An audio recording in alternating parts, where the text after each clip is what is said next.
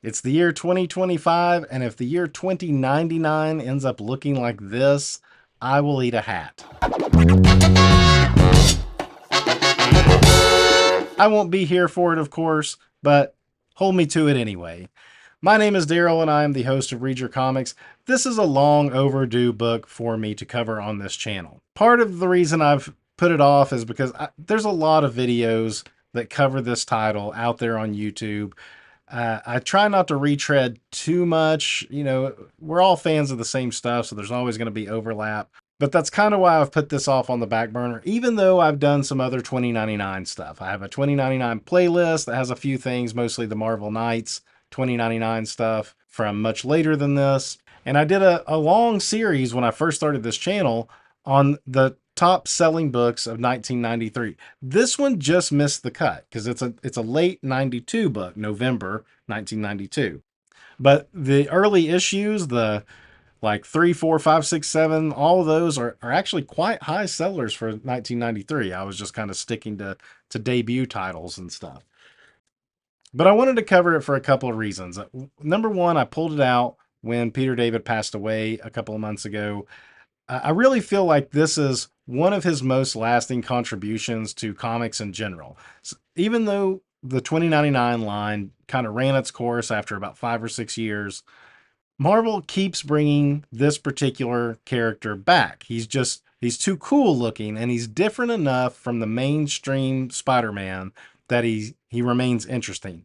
Obviously, that carried over to him appearing in the Across the Spider-Verse movie. But the other reason, and a more personal connection, is Spider-Man 2099, along with the death of Superman, kind of brought me back into comics at a pivotal time when I could have taken a long break. I don't know that I ever would have left comics for good, but a lot of people tend to kind of leave comics in that high school age. And a comic shop that I went to closed uh, sometime like in eighth grade. And I kind of had gotten out of comics to some degree. And then there was like a family gathering at my grandmother's, and my brother in law brought me a copy of Amazing Spider Man 269, the one with the hologram on it, the black Amazing Spider Man cover, that had the preview of Spider Man 2099 in the back. I didn't love what was going on in the Spider-Man story, the Amazing Spider-Man story, but this preview of Spider-Man 2099 really grabbed me. I loved the idea of mixing the futuristic sci-fi with the superhero genre. It was just two things I really loved.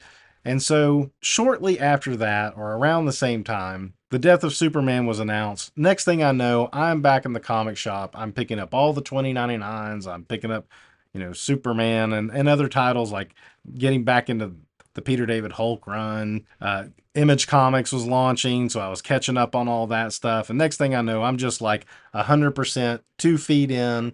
And I just stayed there. Throughout all of high school, I kept getting comics. And, I was never bullied or anything for it. I know people say they were, but I wasn't. I guess I made it cool enough that people were either thought it was charming or something to still be into them. So, without further ado, let's go ahead and dissect Spider-Man 2099 number 1.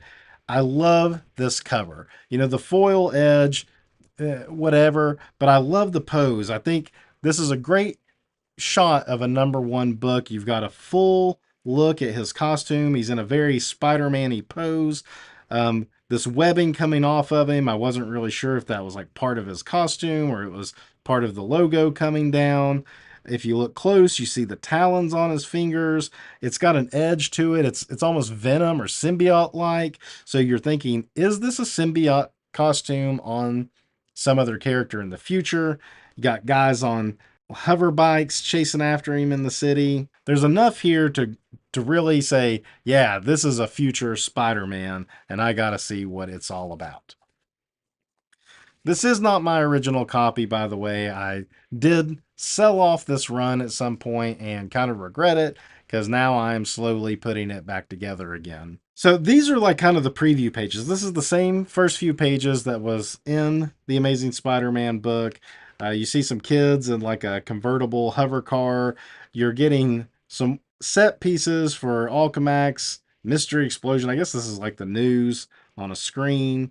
And we get the silly cursing of the future. What the shock is that? With a nice double splash page of our main character. The angle is like twisting because you've got them like looking sideways, like they're kind of zipping across this way at an angle. Look at these people taking pictures or something, I suppose, looking on, kind of reminiscent of the people standing on top of the building of Amazing Fantasy 15 looking on. Here's our hover bike guys chasing after him, and immediately we've already got this is the police, and they're chasing after our Spider-Man here. The more things change, the more they stay the same in the world of Spider-Man, right? Peter David, of course, is writing it. Rick Leonardi is the penciler, and Al Williamson is the inker. Rick Leonardi, who also did some of the issues of those early Amazing Spider-Man symbiote issues as well. And if I'm not mistaken, he does get credit for designing this costume, which I love the skull spider design on it. The little like talons coming off of, well, the talons on his fingers right away, the spikes coming off the elbow as well. And there you can see that the webbing is a little bit of his actual costume. And then you just get a lot of aerial acrobatics as he takes on these cyclists. And we see more and more detail of his costume. I loved this panel, this triangle panel right here of him flush to it. His hands are pointed, backwards to hold on to the wall, and he's going to use it to kind of push himself off. This all feels very Spider-Man. Running alongside the wall and the diving, and he hasn't spoken yet. He's not quipping. So if you're really paying attention for the differences between this Spider-Man and our usual Spider-Man, right away we see that this one is more quiet. He's more stoic, at least in these first few pages here. So he's falling, and I don't think he actually intended to land on this guy, because this feels like an awkward landing. And you get like the oof. And as he slashes him, you see it cuts him with those talons. That's very un-Spider-Man like. So this Spider-Man feeling like he's a little more violent, at least initially, right? He takes over the hover bike, and now we do get him saying something. He's telling everyone to get out of the way. And the cop that he cut his face is saying, "I'm bleeding. You cut my face. You tried to kill me." And our Spider-Man grabs him and throws him into safety, actually, as he lets the bike crash. And that was pretty much the preview pages you got in Amazing Spider-Man 369. I don't believe it went any further than this. Technically they call that the first appearance, even though it was really a preview, however you want to label that kind of thing. Then it cuts over into this building. We're getting more thinner shots of what the city looks like at the time. We see this hologram of a woman in a dress, and she's got kind of the Marilyn Monroe air duct blowing the dress up kind of look. And she's telling me about the messages he has and stuff. This does feel kind of like some stuff we have today. We don't really have holograms, but we definitely have our virtual AI assistants that will read us our messages and stuff. These holograms probably aren't very far behind. And you think that this is just going to be his little messaging system, but she ends up playing like a pretty big role, like as a supporting character through the series, oddly enough. We're going to meet other people here, his boss, Tyler Stone, his brother, who seems to be a little bit more of like a rebellious side, where we're already seeing like the pieces of, big corporations have taken over. They kind of rule things. They kind of control things. This police force is employed by Alchemax, the big company here. There's a couple of competing companies, but they're like in charge, more or less. And you already get the feeling just from the way the brother is talking that he feels very much against that. And Big Brother here actually works for one of those companies. Then we meet the fiance. Fiance has got a black eye, so you got to wonder what exactly is going on there. And we learn his name here too. Like his boss calls him Mike, but then immediately his brother and the fiance call him Miguel. So the boss probably a little condescending, calling him a name that he doesn't really want to be called. So our virtual assistant over here, though, tells him he hasn't been acting normal and he needs to enter into his journal because he hasn't done that in a while. And we're going to use that as the narrative device to now just jump into like full blown origin story of this Spider Man. And one of the things I really appreciate about Spider Man 2099 is it isn't just a retread Peter Parker. Miguel is a very different character than Peter Parker altogether. He's very confident. He's got a job at like a big company, a big important job. He's the head of the science department. He's an adult. He's not a teenager. And quite honestly, he's a bit of an asshole. So already we're differentiating him from the way Peter Parker was portrayed, particularly in those early issues. So he's working on some kind of genetic experiment here, splicing animal and insect DNA with potentially what is going to be human DNA down the road, and be able to make super soldiers, more or less based off of old superheroes. And we pull out Spider-Man picture here saying, if we can do a spider, we can basically create our own Spider-Man here. He's got this. Well, this is the Tyler Stone guy that was talking to him before, but he has like this rival scientist with him that's kind of pushing him to move a little faster. But he's like, no, we need to do this the right way. We don't need to do human testing yet. We're not quite there, but we're getting close. When the Tyler Stone comes in, is like, hey, we got this prisoner that we're going to do some human testing with, and whether you like it or not, it's time to do it. He volunteered for it, but really what he did was he was offered a sentence reduction if he volunteered for this experiment. So he goes into this chamber, and it's very much like straight from the 80s sci-fi movie The Fly. They don't try to hide any of this whatsoever. So at first he looks like he's okay as he comes out, and Miguel is kind of like, oh, this actually worked better than I thought it would. But nope, as they get it all the way off, he's horribly deformed, and he attacks Miguel, and they shoot him to put him down. And they just kind of make note that even though it didn't exactly work, he did somehow get the super strength and stuff, was able to break the restraints and everything. So this guy's seeing that as a win, this Tyler Stone and the other scientist. This is a great panel, really, all around. The look on his face for the furrowed brow with the raised eyebrow, to the bent over kind of look from Miguel holding his neck, and then even this guy back here with like a smug look, thinking that Miguel kind of failed and maybe his position in the company is going to move up.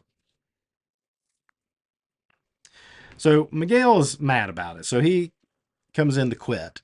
And they obviously have like some sort of like twisted mentor apprentice relationship here where Tyler Stone really values what Miguel is capable of. I don't know that he values him as a person, but he values what he's capable of and what he brings to the company. In their little conversation here, he essentially spikes his drink with this drug that is out on the black market for people to use, all because they also carry the cure or the antidote you need to counteract the effects of the addiction, that then you're hooked to the you're either hooked to the main drug or you're hooked to the cure for the main drug. And that's essentially what he's done to Miguel here. And that's what he mentioned in the little hologram message before, is that he was like, you're probably going through withdrawals. You need this stuff. Come on in. Let's work this out.